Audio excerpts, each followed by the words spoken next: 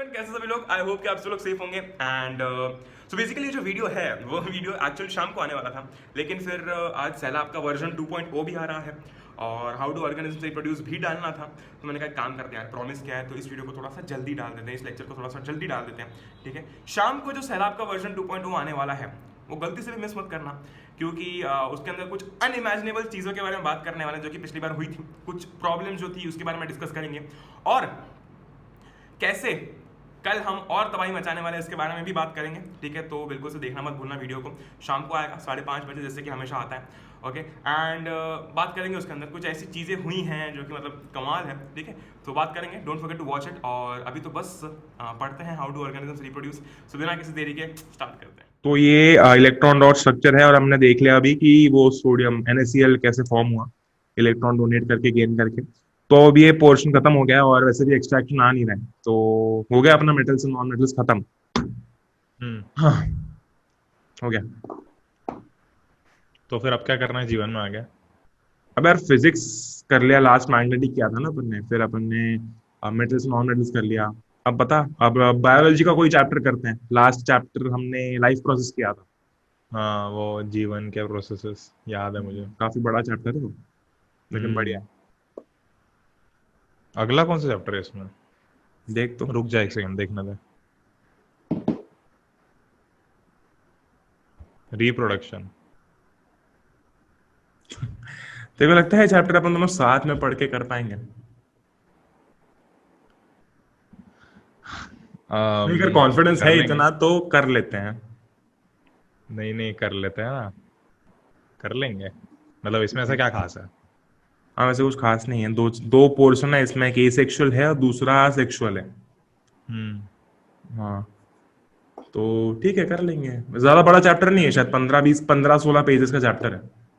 हम्म। कर लेंगे, कोई दिक्कत नहीं है। ये हो जाएगा तो काफी सारा पोर्शन अपना बायोलॉजी का खत्म हो जाएगा। मतलब लाइफ प्रोसेस हम्म। हो जाएगा, रिप्रोडक्शन हो जाएगा, और फिर बचेगा हम्म। हेरिडिटी। उसका भी वो सिर्फ। How do organisms reproduce? It's not reproduction. तो ठीक है, फिर पढ़ लेते हैं रिप्रोडक्शन।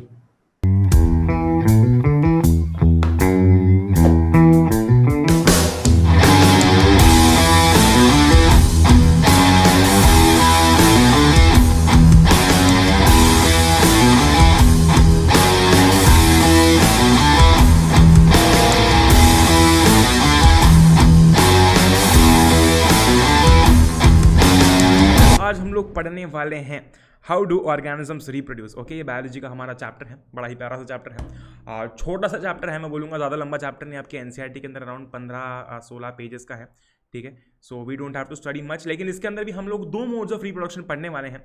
सबसे पहला जो है वो है ए सेक्शुअल मोड ऑफ रिप्रोडक्शन, ठीक है। जो सबसे पहला है that is a sexual mode of reproduction, और जो दूसरा है that is sexual mode of reproduction. ओहो क्या बात है, हम लोग दोनों पढ़ेंगे, कोई चिंता नहीं है।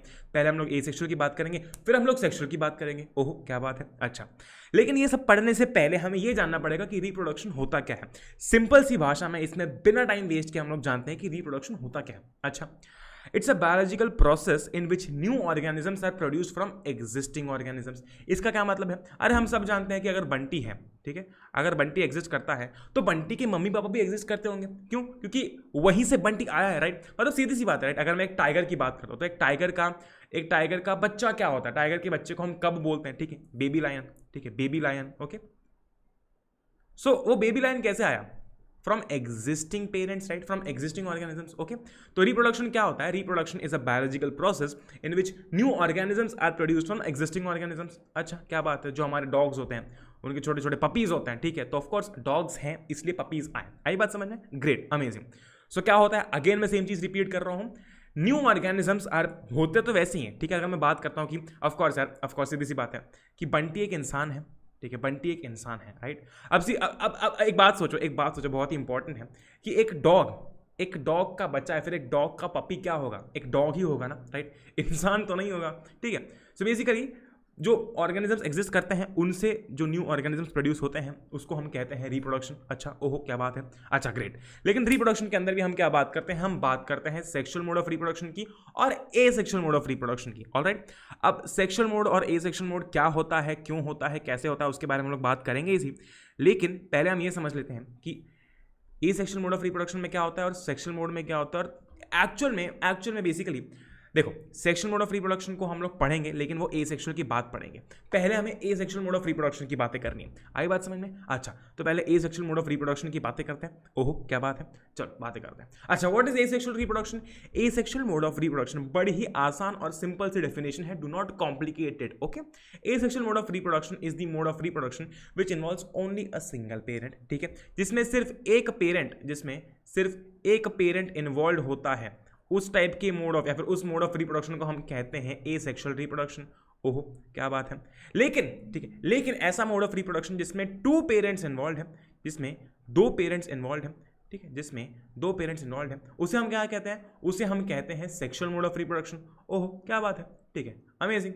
तो हम लोग समझ चुके हैं कि सेक्सुअल और एसेक्सुअल में बेसिक डिफरेंस क्या होता है। अच्छा, जिसमें एक पेरेंट इन्वॉल्व होता है उसे हम एसेक्सुअल मोड ऑफ रिप्रोडक्शन कहते हैं। अच्छा, जिसमें दो पेरेंट्स इन्वॉल्व होते हैं उसे हम सेक्सुअल मोड ऑफ रिप्रोडक्शन कहते हैं। क्या बात है। ठीक है, क्या बात है। अब एग्जांपल के लिए अमीबा, अब क्यों बोल रहा हूँ वो हम आगे पढ़ेंगे इसी, लेकिन एग्जांपल होता है अमीबा। अच्छा, एक सीधी सी बात ऐसी है कि एसेक्सुअल मोड ऑफ रिप्रोडक्शन में पहली बात तो काफ़ी कम टाइम लगता है और काफ़ी कम एनर्जी लगती है। क्यों? क्योंकि एक ही पेरेंट की बात हो रही है। ठीक है, क्योंकि सिर्फ एक ही पेरेंट की बात हो रही है, राइट, सिर्फ एक ही पेरेंट की बात हो रही है, तो काफ़ी कम टाइम कंज्यूम होता है। और दूसरी बात, क्योंकि एक ही पेरेंट इन्वॉल्व है ना रिप्रोडक्शन के अंदर, दो पेरेंट्स नहीं है, अब सिर्फ एक ही पेरेंट इन्वॉल्व है, तो कम टाइम लगता है। और दूसरी बात, एनर्जी भी कम कंज्यूम होती है। ठीक है, एनर्जी भी कम कंज्यूम होती है। अच्छा, क्या बात है, अमेजिंग। ठीक है, अमेजिंग। अच्छा, एक और चीज़ बहुत ही इंपॉर्टेंट है, बहुत ही ज़्यादा इंपॉर्टेंट है कि चेंज जो है, बदलाव, ये हर एक चीज़ में समय के साथ आना चाहिए। ऑलराइट, समय के साथ आना चाहिए। अच्छा, अब सोचो ज़रा, आज से 100, 200, 300 साल पहले क्या इतनी ग्लोबल वार्मिंग थी? मैं तो कहूँगा कि ग्लोबल वार्मिंग काइंड ऑफ नहीं ही थी। ठीक है, लेकिन स्टिल हम मान लेते हैं कि थोड़ी बहुत ग्लोबल वार्मिंग होती है। ठीक है, थोड़ी बहुत कम होगी। ठीक है, लेकिन आज की डेट में ग्लोबल वार्मिंग कितनी ज़्यादा है? ठीक है, आज की डेट में ग्लोबल वार्मिंग कितनी ज़्यादा है? तो जो एसेक्सुअल मोड ऑफ रिप्रोडक्शन होता है, मैं क्यों बोल रहा हूँ ऐसा भी समझते हैं। It involves less variation and which does not lead to evolution. अच्छा, वेरिएशन कम होता है, इसका क्या मतलब है? इसका ये मतलब है यार कि बदलाव के साथ साथ ये अपने आप को चेंज नहीं कर पाते, इनके अंदर वेरिएशन नहीं आता है। ठीक है, और अगर किसी चीज़ में वेरिएशन नहीं आएगा तो इवोल्यूशन कैसे होगा? अगर मैं ह्यूमंस की बात करता हूँ तो ह्यूमंस की जो पहले फैमिली वगैरह थी, हुआ करती थी, हम बहुत सालों पहले बंदर जैसे दिखते थे। ऑल्दो वो एग्जैक्ट बंदर नहीं कह सकते हम लोग, उसका भी एक काफ़ी डीप स्टडी करना पड़ता है, लेकिन सिंपल सी भाषा में हमारे समझने के लिए अगर हम बोलते हैं तो हम पहले ऐसे एप जैसे लगते थे, बंदर जैसे लगते थे। लेकिन आज की डेट में हम कैसे दिखते हैं, ठीक है, हम कैसे रह रहे हैं, ऑलराइट, हमारी बॉडी कैसी है, हम लोग फिजिकली कैसे दिखते हैं, सब चेंज होता गया। ठीक है, सब चेंज होता गया। तो ये क्यों हुआ? क्योंकि हमारी बॉडी के अंदर वेरिएशंस आते गए। ठीक है, जिसके कारण इवोल्यूशन हुआ। लेकिन एसेक्सुअल मोड ऑफ रिप्रोडक्शन में ऐसा नहीं होता है, बहुत ही कम वेरिएशन आता है। ठीक है, बहुत ही कम वेरिएशन आता है। इसका कारण क्या है? इसका सिंपल सा कारण है सिर्फ एक पेरेंट का इन्वॉल्व होना। ठीक है, सिर्फ एक पेरेंट का इन्वॉल्व होना। अच्छा, जब दो पेरेंट्स इन्वॉल्व होते हैं तो आप सोचो, जब दो पेरेंट्स इन्वॉल्व होते हैं तो ज़्यादा चांसेस है वेरिएशन आने के, क्योंकि इसमें दो पेरेंट्स इन्वॉल्व हैं। लेकिन जब एक ही पेरेंट्स से नया ऑर्गेनिज्म प्रोड्यूस हो रहा है तो वो सारा का सारा जो अपना पूरा जितना भी कैरेक्टर है, जो भी सब कुछ है, वो इस पेरेंट से लेकर आएगा। ठीक है, तो काफ़ी कम वेरिएशन देखने को मिलेगा। लेकिन सेक्सुअल के केस में क्या होता है ना कि दो पेरेंट्स होते हैं, तो वो दोनों से कुछ ना कुछ जो मैं कह सकता हूँ कि फीचर्स वगैरह होते हैं या फिर बहुत सारी चीज़ें जो है वो इनहेरिट करता है, अपने पास लेता है। अब वो हेरिडिटी एंड इवोल्यूशन में ज़्यादा डिटेल में पढ़ते हैं, लेकिन सिर्फ राइट, तो वेरिएशन जो है यहाँ पर काफ़ी कम होता है और इसके कारण इवोल्यूशन कम होता है, which does not lead to evolution, as simple as that. ठीक है, तो हमने क्या क्या बात कर ली? एसेक्सुअल मोड ऑफ रिप्रोडक्शन में सिर्फ एक ही पेरेंट इन्वॉल्व होता है, only a single parent is involve. अच्छा, अब सिर्फ एक ही पेरेंट है तो टाइम कम लगेगा और दूसरी बात एनर्जी कम लगेगी। क्यों? अरे बड़ा ही आसान आंसर है, सबका आंसर ना इस पूरे एसेक्सुअल रिप्रोडक्शन में सारी चीज़ों का आंसर है एक पेरेंट। ठीक है, एक पेरेंट। अच्छा, कम टाइम लगता है, कम एनर्जी लगती है, कारण एक पेरेंट। अच्छा, वेरिएशन नहीं होता, कारण एक पेरेंट। क्यों? क्योंकि अरे एक ही पेरेंट है ना, तो वेरिएशन आने के चांसेस काफी कम होते हैं। अच्छा, ग्रेट, अमेजिंग, आगे बढ़ते हैं। ऑलराइट, तो अभी हम लोग बात करने वाले हैं टाइप्स ऑफ एसेक्सुअल रिप्रोडक्शन के बारे में। ठीक है, तो हम लोग बात करने वाले हैं टाइप्स ऑफ एसेक्सुअल रिप्रोडक्शन के बारे में, जिसमें सबसे पहले हम लोग पढ़ने वाले हैं फिजन। तो बेसिकली फिजन क्या होता है? Fission simply means to break into two parts, ठीक है, और to split into two parts. अच्छा, ग्रेट। तो जी हम बोल सकते हैं कि जो यूनिसेलुलर ऑर्गेनिजम्स होते हैं, ठीक है, they reproduce by fission, okay, they reproduce by fission and it leads to the creation of new individuals। अच्छा, अगर इसका एक बहुत ही अच्छा सा एग्जांपल देखना हो तो वो है अमीबा का। ठीक है, ये अमीबा है, ठीक है, ये अमीबा है, आपको दिख रहा होगा यहाँ पर, ये अमीबा है। अच्छा, ग्रेट। तो बेसिकली क्या होता है, धीरे धीरे जब अमीबा अपनी मैक्सिमम साइज रीच कर लेता है उसके बाद में क्या होता है कि इसका जो न्यूक्लियस है वो डिवाइड होना स्टार्ट होता है, ठीक है, वो एलोंगेट होना स्टार्ट करता है टू बी मोर स्पेसिफिक। अब एक बहुत ही अच्छा सा एग्जांपल अगर मैं देता हूँ तो हमें पता है हमारे पास में क्ले होता है, अगर हम उस क्ले को ज़्यादा स्ट्रेच करते हैं, ठीक है, तो एक बॉल ऑफ क्ले 2 में डिवाइड हो जाएगा। सिमिलरली यहाँ पर भी क्या होता है कि जो न्यूक्लियस होता है ना वो एलोंगेट होता है, ठीक है, और एक पॉइंट के बाद में फिर क्या होता है कि वो 2 में डिवाइड हो जाता है। यहाँ पर हम देख सकते हैं कि यहाँ पर हमें 2 न्यूक्लिया देखने को मिल रहे हैं, ठीक है, ग्रेट, अमेजिंग। अच्छा, अब सेल के हमारे न्यूक्लियस के अराउंड जो है वो साइटोप्लाज्म भी है, तो धीरे धीरे वो भी जो है वो स्प्लिट होने लगता है एंड हमें एक अमीबा से यहाँ पर 2 अमीबा देखने को मिल गए। तो ये क्या है, ये क्या है, दिस इज फिजन, ठीक है, हमें 1 से 2 देखने को मिल रहे हैं। हमने फिजन में क्या बात की थी, टू ब्रेक इनटू या टू स्प्लिट और ब्रेक इनटू 2 पार्ट्स। तो यहाँ पर भी हमने वही देखा कि कैसे एक यूनिसेलुलर ऑर्गेनिज्म लाइक अमीबा, ठीक है, लाइक अमीबा, उसने क्या किया, उसने रिप्रोड्यूस किया। तो बेसिकली कौन से मोड से क्या, कौन से टाइप से क्या, फिजन। कैसे, बाइनरी, क्यों, क्योंकि यहाँ पर 1 2 में डिवाइड हुआ, ठीक है, ये 1 टू बी वेरी स्पेसिफिक 2 में डिवाइड हुआ। अरे अरे क्या बात है, ओहो भैया क्या बात है, मजा आ गया। अरे सीधी सी बात ऐसी है, सीधी सी बात ऐसी है कि यहाँ पर हमने फिजन के बारे में समझ लिया है, बाइनरी फिजन क्या होता है उसके बारे में समझ लिया, ठीक है। यूनिसेलुलर ऑर्गेनिज्म में हमने अमीबा की बात कर ली, अच्छा, हमने अमीबा की बात कर ली, ओहो क्या बात है, ठीक है, ओहो क्या बात है। अच्छा, अब फिजन बाइनरी नहीं होते हुए मल्टीपल भी हो सकता है, ठीक है, जैसे कि हमने यहाँ पर बात की कि 1 2 में डिवाइड हो रहा है, वैसे हो सकता है कि एक जो है वो मल्टीपल में डिवाइड होता है और उसकी बात हम लोग करते हैं, उसकी बात हम लोग करते हैं मल्टीपल फिजन में, ठीक है, उसकी बात हम लोग करते हैं मल्टीपल फिजन में। अच्छा, ग्रेट, क्या बात है। प्लाज्मोडियम जो होता है, ठीक है, प्लाज्मोडियम जो होता है, ओके, ग्रेट, अमेजिंग। अब प्लाज्मोडियम जो होता है, अगर मैं यहाँ पर आगे देखता हूँ तो यहाँ पर हम देख सकते हैं कुछ ऐसा स्ट्रक्चर है। ये जो न्यूक्लियस है ये काफ़ी सारे डॉटर न्यूक्लियाई में डिवाइड हो जाता है, ठीक है, फिर स्प्लिट हो जाता है, मैं कह सकता हूँ, ठीक है, काफ़ी सारे डॉटर न्यूक्लियाई में जो है वो काफ़ी सारे पेंटा ब्लैक कर रहा है काफ़ी सारे डॉटर न्यूक्लियाई में जो है वो स्प्लिट हो जाता है। ओहो क्या बात है, हम देख सकते हैं यहाँ पर ये जो हमारा न्यूक्लियस है प्लाज्मोडियम के अंदर काफ़ी सारे डॉटर न्यूक्लियाई में स्प्लिट हो जाता है। उसके बाद में, ठीक है, ये जो डॉटर सेल्स होती है, ठीक है, ये जो डॉटर सेल्स होती है वो इसमें से रिलीज हो जाती है and then they grow up as new individuals. तो हमने क्या देखा, हमने ये देखा कि एक प्लाज्मोडियम, ठीक है, एक प्लाज्मोडियम जो कि यूनिसेलुलर है, ठीक है, वो डिवाइड हुआ, उसका जो न्यूक्लियस है वो डिवाइड हुआ काफ़ी सारे डॉटर न्यूक्लियाई में, और वो जो डॉटर सेल्स बने, ठीक है, वो जो डॉटर सेल्स बने, वो डॉटर सेल्स बेसिकली अब इससे बाहर निकलकर जो है वो एज न्यू इंडिविजुअल्स ग्रो करेंगे। तो ये रहा हमारा प्यारा सा प्लाज्मोडियम, ठीक है। क्या हुआ कि ये जो न्यूक्लियस है वो काफ़ी सारे डॉटर न्यूक्लियाई में स्प्लिट हो गया, है ना, कन्वर्ट हो गया, ओके। उसके बाद में क्या हुआ कि जितने भी डॉटर सेल्स अब बने हैं, ये जितने भी अब डॉटर सेल्स बने हैं, ये सारे के सारे अब बाहर निकलने की कोशिश कर रहे हैं और ये बाहर निकल गए and they will grow up as new individuals, ठीक है। तो हमने क्या क्या बात कर ली, हमने बाइनरी फिजन की बात कर ली, हमने मल्टीपल फिजन की बात कर ली, हमने बाइनरी में बात कर ली कि कैसे अमीबा, ठीक है, एक जो था वो 2 में स्प्लिट हो गया। तो हमने बाइनरी में क्या बात की कि हम 1 से 2 बनाने की बात कर रहे हैं, ठीक है, ऑफ कोर्स थोड़ी सी लेमैन्स लैंग्वेज में समझा रहा हूँ, ठीक है, लेकिन यहाँ पर 1 से मल्टीपल फॉर्मेशन की बातें हो रही हैं। आ रही बात समझ में, दोनों ही फिजन है, ठीक है, दोनों ही फिजन है। और हमने बात की कि कैसे unicellular organisms, mark my words, unicellular organism जो है वो फिजन परफॉर्म करते हैं। अच्छा क्या बात है, अमेजिंग। ओके, अब हम लोग बात करने वाले हैं सेकेंड टाइप के बारे में जो कि है स्पोर फॉर्मेशन। तो बेसिकली स्पोर फॉर्मेशन में क्या होता है, अच्छा, हमारे घर पे बहुत बार हम लोग ब्रेड लाते हैं, ठीक है, कुछ ब्रेड होते हैं जो कि बच जाते हैं, जिसको हम बोलते हैं कि यार थोड़े दिनों बाद में उसके ऊपर ना ऐसा काला काला कुछ तो भी लग जाता है, जिसको हम फंगस बोलते हैं, और ये बोल के हम लोग फेंक देते हैं क्योंकि वो ख़राब हो जाता है, सीधी सी बात है, ठीक है। तो बेसिकली क्या होता है, वो जो हमको देखने को मिलता है, it is basically bread mould, और वी कैन कॉल इट, अगर हमें साइंटिफिकली बुलाना हो तो वी कैन कॉल इट राइसोपस। ये रहा, ठीक है, राइसोपस, ठीक है। अच्छा ग्रेट। तो होता क्या है ना कि थोड़े टाइम बाद में ऑफकोर्स हमारे एटमॉस्फेयर के अंदर बहुत ज़्यादा ह्यूमिडिटी होती है, मॉइस्चर होता है, तो जो ब्रेड होता है ना इट बिकम्स मॉइस्ट, ठीक है। अच्छा, it becomes the breeding ground for this Rhizopus. क्यों, कारण क्या है, कारण ये है क्योंकि राइसोपस जो है ये डैम्प और मॉइस्ट जगह पर हमको ज़्यादा देखने को मिलते हैं। अच्छा, ओहो क्या बात है।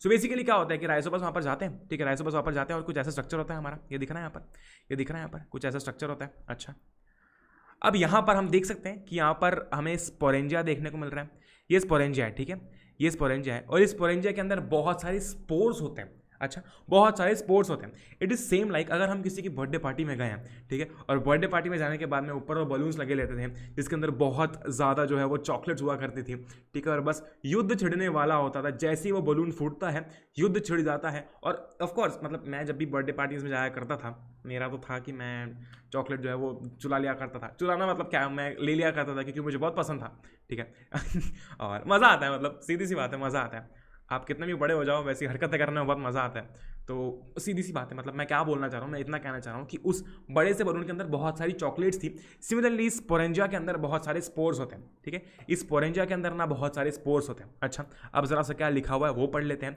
Spore formation is a method of asexual reproduction, many spores are stored in sacs called sporangia. ये रहा स्पोरेंजिया, ठीक है, इसके अंदर बहुत सारे स्पोर्स जो होते हैं वो स्टोर्ड होते हैं। अच्छा, जैसे ही ये स्पोरेंजिया बर्स्ट होता है, ठीक है, जैसे हमारा बलून जो है वो बर्स्ट होता है, सारी चॉकलेट्स नीचे गिरती है। सिमिलरली जो हमारा स्पोरेंजिया होता है, जैसे ही वो बर्स्ट होता है, इसके अंदर जितने भी स्पोर्स होते हैं वो सारे के सारे बाहर निकलते हैं, ठीक है, वो सारे जो स्पोर्स होते हैं वो सारे के सारे बाहर निकलते हैं। ओहो, क्या बात है ना, क्या बात है। अच्छा, ठीक है, अब क्या होता है कि जैसे ये स्पोर्स बाहर निकलते हैं, जैसे ये स्पोर्स बाहर निकलेंगे वो अपने लिए सूटेबल कंडीशन ढूंढेंगे and then they will grow into new plant. New plant मतलब they will grow into new Rhizopus. आई बात समझ में? क्या हुआ स्पोर फॉर्मेशन में? कुछ भी नहीं था, ठीक है। हवा में ढूंढते ढूंढते उन्होंने देखा कि जो ब्रेड है, राइसोपस ने देखा कि यार ब्रेड जो है काफ़ी मॉइस्ट सा, मुझे इस पर जो है वो सरफेस देखने को मिल रहा है, अपने लिए अच्छी चीज़ है, तो ये आकर वहाँ पर बैठ गए, ठीक है, ये आकर वहाँ पर बैठ गए। अच्छा, तो हमें देखने को मिलता है कि अरे बहुत काला हो गया ब्रेड, बहुत गंदा हो गया, तो बेसिकली ये वहाँ पर बैठे होते हैं। अच्छा, ग्रेट, अमेजिंग, क्या बात है। अच्छा, अब इसके अंदर रिप्रोडक्शन कैसे होता है, क्योंकि हम लोग पढ़ तो रिप्रोडक्शन रहे, तो बेसिकली ये जो हमारा पूरा स्ट्रक्चर होता है, इसके अंदर ये जो स्पोरेंजिया होते हैं, इन स्पोरेंजिया के अंदर होते हैं स्पोर्स, ठीक है, क्या होते हैं, इन स्पोरेंजिया के अंदर होते हैं बहुत सारे स्पोर्स। जैसे कि हमने बात की, कभी भी याद ना आए तो कैसे बलून्स के अंदर बहुत सारी चॉकलेट्स होती हैं, सिमिलरली स्पोरेंजिया के अंदर ना बहुत सारे स्पोर्स होते हैं। ओके, अमेजिंग, क्या बात है। और थोड़े टाइम बाद में क्या होता है कि ये जो स्पोरेंजिया होता है वो बर्स्ट हो जाता है, ठीक है, वो बर्स्ट हो जाता है, और जैसे ही वो बर्स्ट होता है, जैसे ही बलून बर्स्ट हुआ तो चॉकलेट्स नहीं चाहिए, वैसे ही जैसे स्पोरेंजिया बर्स्ट हुआ, जो स्पोर्स है वो बाहर निकले, और वो बाहर निकलने के बाद में जब भी उन्हें कुछ फेवरेबल कंडीशन दिखेगी, कैसी, डैम्प या फिर कोई मॉइस्ट ऐसा उनको सरफेस दिखेगा, वो वहाँ पर जाकर जो है वो चले जाएंगे and then they will grow into a new plant. आई बात समझ में? तो ऐसे बहुत सारे स्पोर्स निकलते हैं, तो ऑफ कोर्स ऐसे बहुत सारे प्लांट्स हमको देखने को मिलेंगे। आई बात समझ में? Amazing, great. तो हमने सेकंड टाइप की भी बात कर ली, हमने पहले तो फिजन की बात की, हमने उसके अंदर बाइनरी और मल्टीपल की बात की, अब हमने बात कर ली है स्पोर फॉर्मेशन की। ओहो, क्या बात है, आगे बढ़ते हैं। अच्छा, अब बात करते हैं बडिंग की। बडिंग क्या होता है? बडिंग इज़ वेरी आसान, ठीक है, बडिंग इज़ वेरी आसान। A new organism develops from an outgrowth or bud, यानी कि इसका मतलब क्या है? अच्छा, ये हाइड्रा है, ठीक है, इसको हम हाइड्रा बोलते हैं। ये जो अजीब सा यहाँ पर स्ट्रक्चर दिख रहा है ना, दिस इज कॉल्ड हाइड्रा, ठीक है। हाइड्रा में ये जो आउटग्रोथ दिख रही है यहाँ पर, या फिर बर्ड टाइप जो हाइड्रा में से बाहर निकल रहा है, this is called off course bird, ये बर्ड है, या फिर इसे हम एक आउटग्रोथ भी बोल सकते हैं। क्यों? क्योंकि उस पर्टिकुलर स्ट्रक्चर में से वो ऐसा बाहर की साइड ग्रो हो रहा है ना, इसलिए उसको आउटग्रोथ बोल रहे हैं, ठीक है, या फिर बर्ड। अच्छा, क्या होता है, धीरे धीरे ये जो बर्ड है ये ग्रो होने लगता है, ठीक है, ये बर्ड बड़ा हो रहा है, ठीक है, बर्ड बड़ा हो रहा है, ठीक है, ग्रेट, अमेजिंग। तो हाइड्रा है ऑफ कोर्स, ठीक है। ये जो आउटग्रोथ है एक टाइम के बाद में ये काफ़ी मैच्योर हो जाती है, ठीक है, सीधी सी बात है कि ऑफ कोर्स अगर बर्ड ग्रो हो रहा है तो एक टाइम ऐसा आएगा ना जब वो कंप्लीटली मैच्योर हो जाएगा, ठीक है, वो फिर अपने पापा से या फिर मम्मी से, जो भी वो मानता है इसको, वो बोलेगा कि अब मैं मैच्योर हो चुका हूँ, ठीक है, अब मैं आपसे अलग होना चाहता हूँ। तो फिर बड़े ही दुख के साथ में जो ये बर्ड होता है ये डिटैच हो जाता है, ठीक है, ये डिटैच हो जाता है, स्पेलिंग सही है ये डिटैच हो जाता है, okay, and then it grows into a new individual. आई बात समझ में? तो पहले क्या हुआ, पहले इस हाइड्रा से ये जो एक आउटग्रोथ है वो बाहर निकल रही थी। अब ऑफ कोर्स आउटग्रोथ बाहर कैसे निकलेगी? आउटग्रोथ हो रही थी, एक बर्ड फॉर्म हुआ, ठीक है, फिर वो बर्ड ग्रो हुआ, अच्छा, फिर वो एक बहुत ही मैच्योर हाइड्रा में ग्रो हो गया, ठीक है। अब उसने बोला कि यार अब टाइम आ चुका है, अब हमें अलग होना पड़ेगा, तो फिर जो है वो हाइड्रा डिटैच हो जाता है एंड देन ये जो हाइड्रा है ना यहाँ से डिटैच हो जाएगा, और ये हाइड्रा जो है बेसिकली ये जो बर्ड थी, ठीक है, it will grow as a new individual. आई बात समझ में? बस इतना होता है हाइड्रा में, ठीक है। So this is called budding in hydra. ये है तीसरा हमारा पॉइंट, ओके, क्या बात है, आगे बढ़ते हैं। अच्छा, बडिंग इन ईस्ट, यानी कि ईस्ट में भी बडिंग होती है। कैसे होती है? अरे जरा देख लेते हैं, ये है ईस्ट का सेल, ठीक है, ये है ईस्ट का सेल। ओहो, क्या बात है, ठीक है, आए मजे। क्या हुआ? सबसे पहले जो ईस्ट का सेल था ना, ये इसमें एक बर्ड डेवलप हुआ, ये रहा बर्ड, ये दिख रहा है यहाँ पर, जिसको मैं रेड से मार्क कर रहा हूँ। एक बर्ड डेवलप होना स्टार्ट हुआ, ठीक है, एक बर्ड डेवलप होना स्टार्ट हुआ, अच्छा, क्या बात है। फिर एक बर्ड बन गया, ठीक है, यहाँ पर एक बर्ड डेवलप हो रहा था, ये बर्ड अब बन गया। ऐसे बहुत सारे बर्ड्स बनते हैं, एक चेन बनती है बर्ड्स की, ठीक है। तो ये ईस्ट था, इसमें से एक बर्ड डेवलप हुआ, ठीक है, ये रहा बर्ड, अच्छा, क्या बात है, वो बर्ड कंप्लीटली बन गया। सिमिलरली ऐसे ही बहुत सारे बर्ड्स बने जिनको हमने कहा चेन ऑफ बर्ड्स, और थोड़े टाइम बाद में क्या होता है कि जो चेन होती है ये डिटैच हो जाती है and then they grow up as new individuals. आ रही बात समझ में? सेम केस है, हाइड्रा में भी यहाँ पर बर्ड था, एक आउटग्रोथ थी जो कि डिटैच होने के बाद में it will grow as a new individual. Similarly यहाँ पर ईस्ट के केस में भी यहाँ पर एक बर्ड डेवलप हुआ जो कि बाद में जाके एक नए इंडिविजुअल जैसे ग्रो होंगे, ये अलग ग्रो होगा, ये ग्रो होगा, ये ग्रो होगा। आई बात समझ में? Okay, amazing, great. अच्छा ओके, अब जरा बात करते हैं फ्रेगमेंटेशन की। तो फ्रेगमेंटेशन क्या होता है? सो बेसिकली यार, अब अगर मैं मल्टी सेलुलर ऑर्गेनिजम्स की बात करता हूँ, ठीक है, अगर मैं मल्टी सेलुलर ऑर्गेनिजम्स की बात करता हूँ, अगर मैं मल्टी सेलुलर ऑर्गेनिजम्स की बात करता हूँ, तो होता क्या है कि यार ऐसे मल्टी सेलुलर ऑर्गेनिजम्स जिनका सेल का ऑर्गेनाइजेशन, ठीक है, जिनका सेल का ऑर्गेनाइजेशन सिंपल होता है, जिनका सेल का ऑर्गेनाइजेशन सिंपल होता है, वो फ्रेगमेंटेशन से रिप्रोड्यूस कर सकते हैं। लेकिन अगर मैं बात करता हूँ ह्यूमंस, ठीक है, हमारे अंदर यार सेल्स, फिर टिश्यूज, फिर ऑर्गन्स, तो कितना कॉम्प्लेक्स है, ठीक है, हमारी बॉडी के अंदर जो सेल का ऑर्गेनाइजेशन है वो बहुत ज़्यादा कॉम्प्लेक्स है। तो हम बेसिकली, ऐसा होता है कि अगर हमारा हाथ निकल जाता है, अगर मान लेते हैं कि बंटी है, ठीक है, बंटी है बंटी का हाथ निकल गया, तो क्या उस हाथ से नया इंसान बन सकता है? नहीं बन सकता, वो पॉसिबल नहीं है। लेकिन फ्रेगमेंटेशन जो होता है ना, ये एक काइंड ऑफ एसेक्सुअल रिप्रोडक्शन होता है जिसके अंदर ऐसा होता है, ठीक है, जिसके अंदर ऐसा होता है। Okay, alright. तो क्या होता है, हम वो देख लेते हैं कि parent breaks into multiple pieces on maturity. होता ही है ना, अगर मैं स्पायरोगारा का एग्जांपल लेता हूँ, ठीक है, अगर कोई ऐसा ऑर्गेनिज्म, मतलब मान लेते हैं कि कोई ऑर्गेनिज्म जो है, जब वो अपनी मैक्सिमम साइज रीच कर लेता है या फिर वो मैच्योर हो जाता है, ठीक है, वो मल्टीपल पीसेस में ब्रेक हो जाता है, ठीक है, it breaks into multiple pieces, और वो जो मल्टीपल पीसेस हैं वो इंडिविजुअली ग्रो होते हैं। यानी कि जैसे कि ये जो स्पायरोगारा यहाँ से बीच में से ब्रेक हो गया, ठीक है, एक ये वाला फ्रेगमेंट है और दूसरा ये वाला फ्रेगमेंट है, ठीक है, एक ये फ्रेगमेंट है और दूसरा ये वाला फ्रेगमेंट है। अब ये फ्रेगमेंट भी इंडिविजुअली ग्रो करेगी, ठीक है, और ये भी ग्रो करेगा। आई बात समझ में? आई बात समझ में? फ्रेगमेंटेशन में बस इतना ही है, ठीक है, फ्रेगमेंटेशन में बस इतना ही है। सबसे पहले क्या हुआ, सबसे पहले जो ऑर्गेनिज्म है मेच्योरिटी पे वो टूटा, ठीक है, मेच्योरिटी पे वो ब्रेक हुआ, ठीक है। अब ब्रेक होने के बाद में जो ये फ्रेगमेंट्स हैं, ये फ्रेगमेंट नंबर 1, ये फ्रेगमेंट नंबर 2, जरूरी नहीं है कि सिर्फ 2 ही हो सकता है कि ये ऐसा कुछ डिवाइड हो जाए, ठीक है, ये कुछ ऐसा डिवाइड हो जाए, ऐसे 4-5 फ्रेगमेंट्स में डिवाइड हो जाए, 1 2 3 4, ठीक है। तो हर एक फ्रेगमेंट जो है वो न्यू इंडिविजुअल में ग्रो करेगा, ठीक है, वो एक नए स्पायरोगायरा में ग्रो करेगा। आ रही बात समझ में? अब अगर हमें फिजन और फ्रेगमेंटेशन के बीच में डिफरेंस देखना हो तो बहुत ही आसान है यार। फिजन में क्या हो रहा था कि जो अमीबा ब्रेक हो रहा था, ठीक है, जो अमीबा जो था बेसिकली जब वो स्प्लिट हो रहा था, जैसे ही वो स्प्लिट हो रहा था, मतलब कह सकता हूँ कि 2 नए अमीबास बन चुके थे, ठीक है, 2 नए अमीबास बन चुके थे। लेकिन इस केस में क्या हो रहा है कि जब ये फ्रेगमेंट्स ये जो स्पायरोगायरा है जब ये ब्रेक हो रहा है, ठीक है, तो ये तो भी फ्रेगमेंट्स हैं, इन्हें ग्रो होना पड़ेगा, ठीक है, इन्हें ग्रो होना पड़ेगा। लेकिन फिजन के केस में क्या हो रहा था? फिजन के केस में ऐसा था कि अमीबा जो है वो टूटा, किस में टूटा? 2 अमीबाज में टूट गया, ठीक है, वो फर्दर उसने 2 अमीबाज को बेसिकली बर्थ दिया, मैं कह सकता हूँ। तो फिजन में क्या हो रहा था? फिजन में डायरेक्टली हमें अमीबा मिल रहा था, फिजन में वो स्प्लिट हो रहा था, ठीक है, उसके अंदर 2 न्यूक्लियस थे, ठीक है, एक अमीबा में 1 न्यूक्लियस, दूसरे में दूसरा न्यूक्लियस, ठीक है। अगर लेमैन्स लैंग्वेज में समझते तो, जो हमारी में कह सकता हूँ कि हम लेमैन्स लैंग्वेज में समझते हैं हमेशा, ठीक है, तो वो अमीबास बन चुके थे। लेकिन यहाँ पर ये अभी फ्रेगमेंट्स हैं, ये अभी फ्रेगमेंट्स हैं, ठीक है, इन फ्रेगमेंट्स को ग्रो होना पड़ेगा, तब जाके हम बोलेंगे कि हाँ ये 2 नए ऑर्गेनिजम्स हैं, मैच्योर ऑर्गेनिजम्स हैं। फर्दर ये स्पायरोगायरा बनेगा, ये ग्रो करेगा, और इसके बाद में फिर ये भी टूटेगा, ठीक है, ये टूटेगा तो फिर और नए इंडिविजुअल से प्रोड्यूस करेगा। आई बात समझ में? इतना ही है फ्रेगमेंटेशन के अंदर। तो क्या होता है, एक मल्टी सेलुलर ऑर्गेनिज्म, ठीक है, जिसका सेल का ऑर्गेनाइजेशन सिंपल होता है, इट रिप्रोड्यूसेस थ्रू फ्रेगमेंटेशन। आई बात समझ में? ठीक है, आई बात समझ में? अच्छा, अब स्पायरोगायरा क्या होता है? It is a green algae found in ponds. Okay, ये ब्रेक हुआ, ठीक है, ये 2 फ्रेगमेंट्स में टूटा, जरूरी नहीं कि सिर्फ 2 में टूटता है, ये मल्टीपल फ्रेगमेंट्स में भी टूट सकता है, मल्टीपल पीसेस में भी टूट सकता है, ठीक है, जब वो मैच्योरिटी अटेन कर लेता है। तो ये जो फ्रेगमेंट्स हैं, now these fragments will grow into new individuals, और इसे हम फ्रेगमेंटेशन कहते हैं। आई बात समझ में? ग्रेट। अच्छा, ओके, अमेजिंग, हमने बात कर ली फ्रेगमेंटेशन की, ठीक है। अब हम बात करने वाले हैं, ठीक है, अब हम बात करने वाले हैं रीजनरेशन की। तो इन दोनों में काफ़ी कंफ्यूजन होता है, अगले 2-4 मिनट में ये पूरा कंफ्यूजन जो है वो सॉल्व हो जाएगा। अच्छा, मान लेते हैं कि बंटी है, बंटी के पास में एक कार है, ठीक है, ये बंटी की कार है। ओके, बंटी की कार 2 टुकड़ों में टूट गई, ठीक है, बंटी की कार जो है वो 2 टुकड़ों में टूट गई। तो ये एक टुकड़ा और ये दूसरा टुकड़ा, ठीक है, ये दूसरा टुकड़ा, I am so sorry. Okay, great. अब बंटी बोला यार कि कुछ भी हो जाए ऐसा कि मेरी कार जुड़ जाए, लेकिन अगर कभी ऐसा हो कि इस वाले पोर्शन से, इस वाले पार्ट से एक नई कार बन जाए और इस वाले पार्ट से एक नई कार बन जाए, तो बंटी के पास जो पहले एक कार थी वो अब 2 कार्स हो जाए, ऐसा होगा? ऐसा हो सकता है, ठीक है, ऐसा होता है, ठीक है। इस केस में नहीं होता, लेकिन कुछ ऑर्गेनिजम्स के केस में होता है। कैसे होता है? बाय रीजनरेशन, ठीक है, बाय रीजनरेशन। सो पहले हम डेफिनेशन पढ़ लेते हैं, फिर बात करते हैं कि होता क्या है। Regeneration is the ability of an organism to grow into a complete individual when its body is divided into any number of pieces. जैसे कि ये प्लेनेरिया है, ठीक है, for example it can be seen in hydra and planaria, ठीक है, it can be seen in hydra and planaria. अच्छा, क्या बात है।